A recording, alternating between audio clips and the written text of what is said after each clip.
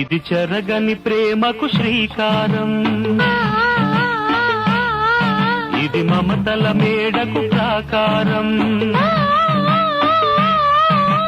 పండిన కలలకు శ్రీరస్తు, పసుపు కుంకుమకు శుభమస్తు, కనివిని ఎరుగని అనురాగానికి కలకాలం వైభోగమస్తు, కలకాలం వైభోగమస్తు. ఇది చెరగని ప్రేమకు శ్రీకారం, ఇది మమతల